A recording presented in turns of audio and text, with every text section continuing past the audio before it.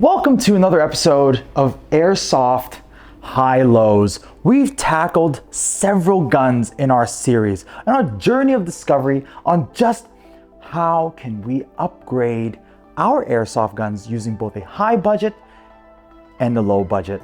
We've tackled pistols, we've tackled rifles, we've tackled AEGs, of course gas blowbacks as well. So today it is only fitting that we tackle a Springer. Okay, not just any Springer, but the Tokyo Marui VSR System. The VSR System is one of those sniper rifles that's been on the market for quite some time and has been the cornerstone of upgrading any sniper rifle worth its salt. Now, I don't know if you knew about this, but we also have a plethora of sniper rifle parts to supercharge your VSR platform.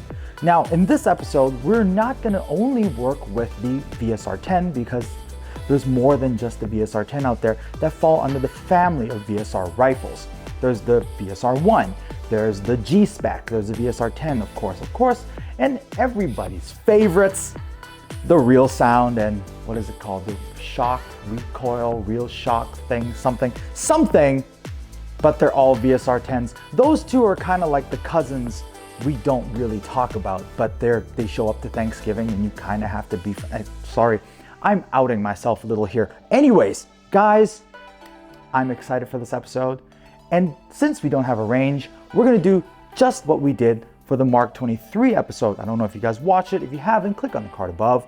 We will take the high VSR to an event coming up soon, an outdoor event. We'll also shoot a short, put it up on YouTube as well as our socials for you guys to just see the performance and the consistency. But for today, what we're gonna be testing is how smooth is the action, how nice does that trigger break, and how does it feel overall. So without further ado, me and the Ducks are gonna pass this show to our favorite Ryan Sensei. All right, guys, welcome back. So today we're gonna do something a little bit different, and with our high and low, we'll be modifying them. It's not so much budget-wise, but more optimized for certain things. Of course, we will take our high and we'll just go an unlimited budget, make it based on shooting far and being a traditional sniper rifle with all the bells and whistles. However, the low this time is our VSR-1. So the recently released CQB sniper rifle, as they say. We will optimize this even more so for your CQB loving fans. Make it a little shorter, give it some bells and whistles, and make it easy to use in CQB situations. And I know it sounds weird that you'll be using a bolt action in CQB, but recently people have been kind of trending that way, and we have tons of people like that little extra challenge with using a bolt action indoors or in tight CQB fields against opponents with full auto guns or semi-automatic. It's fun and something different. And then moving on to our base here, it is all souped up, and we will change it a little bit more so that we can make it optimized for outdoors and long range like a traditional sniper rifle. And we will just go off the chain when it comes to what we're going to do to this. So we'll spare no expense and upgrade our long range boy as much as we can. All right, VSR fans, here we go. Let's make our CQB optimized super sniper rifle boy. So we went ahead and already removed all of these screws here, and it just simply allows the receiver to pop off. So we won't need that for a while. And let's go ahead and explain a few things what we're going to do here. So the main thing is we're going to go ahead and swap out the spring, make it a little bit stronger. But again, with these stock parts, you can't push it too hard, and plus it's CQB. So we're not going to focus on that too much. But we'll go ahead and throw one of our included inner barrels with the short outer barrel set. So we're going to cut off a few inches from the original outer barrel, which is about this long, going to a little bit shorter, so it's even more CQB ready. And every one of these outer barrel kits comes with the perfectly sized inner barrel. So all we're going to do is pair this inner barrel with our favorite 9-ball wide use bucking, throw those in together, put it into here, and then we'll be good as far as that goes. And we'll go ahead and swap one to one of our colored springs, but since we can't go too high, we'll go with a SP-130, so we can get a little bit over 300 FPS and still be relatively CQB legal. Additionally, we're gonna go ahead and change out this kind of annoying stock, folding stock, because it's quite heavy, awkward, and we're going to remove that whole thing and replace it with our Picatinny adapter. So you can use any sort of Picatinny stock, folding stock, or a buffer tube attachment, whatever you want, and it'd be much easier to customize the stock to your, I guess, mission. If not, you could just run it stockless, kind of like how we have here with this guy, and be pirate mode if you want. Right, so let's get to it.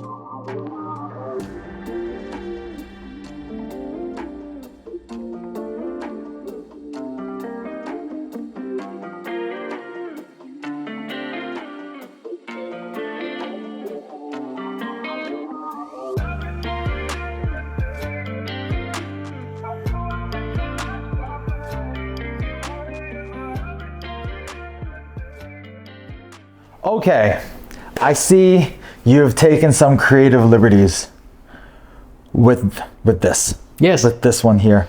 It's very reminiscent of something we've done before. Yes. It is the, was it the Cyberpunk episode? No, it wasn't. It was the Borderlands. It was the Borderlands one, that's right. You know, to be honest, we're finally going to be able to test this thing outright. I think there's some benefit to those knuckle guards. I mean, when you hold your hand here, you don't want to get your knuckles shot out, right? Or you can hold it here. Got some spin going on. Exactly.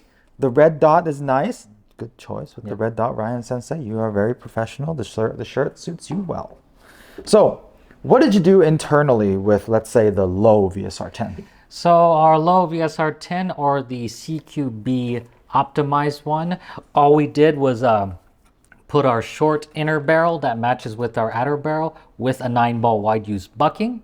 And then we added a 130 spring to get the FPS back up. And then of course we added the Picatinny stock base here so that we can add a, bunch of different stocks to it, however you like. But this one I thought looked pretty nice. Yeah, that's a good choice. So just for everyone to know, there's no BBs in here, no magazines, just for cycling's sake, very smooth. What do you think? That's also looks very light. Oh, that is very smooth. Oh yeah, that's very light. Oh yeah, you're definitely going to be able to have fast follow-up shots with that. That's interesting. Cool. Now, walk us through this one.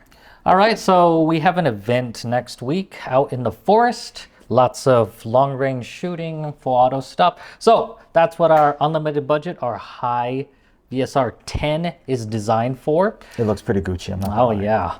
So, I mean, the externals itself are really expensive. You got this nice, multiple variation scope on top, or LVPO, along with a body kit here so that you automatically have the Picatinny stock base on the back, and then we have a SIG folding stock, but you can realistically put any sort of Picatinny stock on the back. Excuse me. And then we have our adapter from the stock threading to the 14 millimeter counterclockwise, so that you can put, you know, whatever other suppressors or tracer units or whatever muzzle device on here that you would like.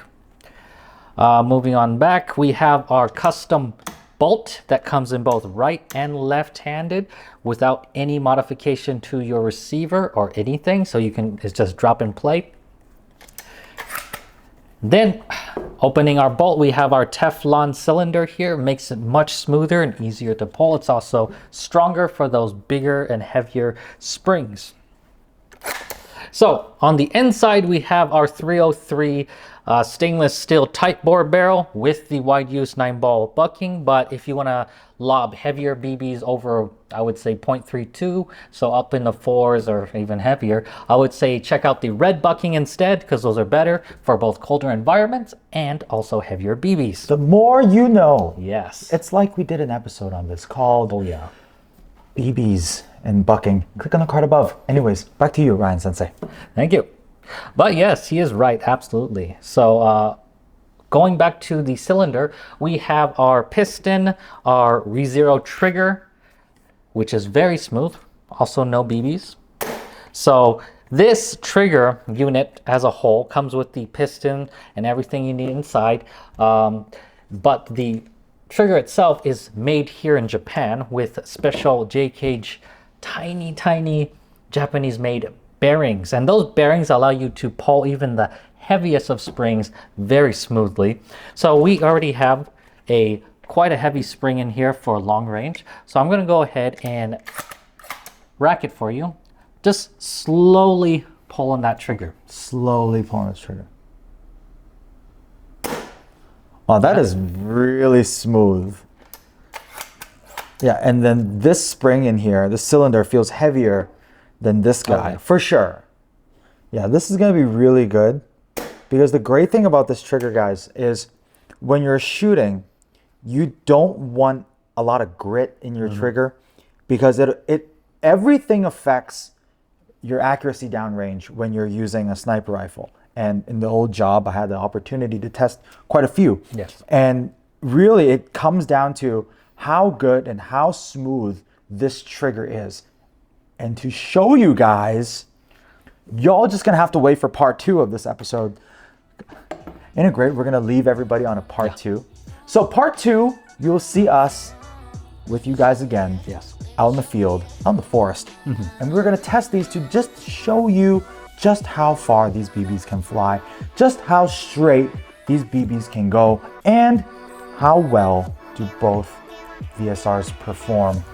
Now, I hope you guys are sniper fans, because we really spent a lot of time to kind of plan out this episode to make sure the sniper rifle episode happened just in time for our outdoors event. So if you like content like this, don't forget to like, subscribe, share this video, turn on the notification bell, because when other people can't get notified, hey, you have to be the notification for us. Share this to your social media accounts so we can grow and we can do this together as a team. Make sure you share and like, everyone. That's and right. Comments are welcome. Let us know if there's something that you Absolutely. want to see more of, you know? Mix it up in the comments, and until part 2, we'll see you next time. Catch you later.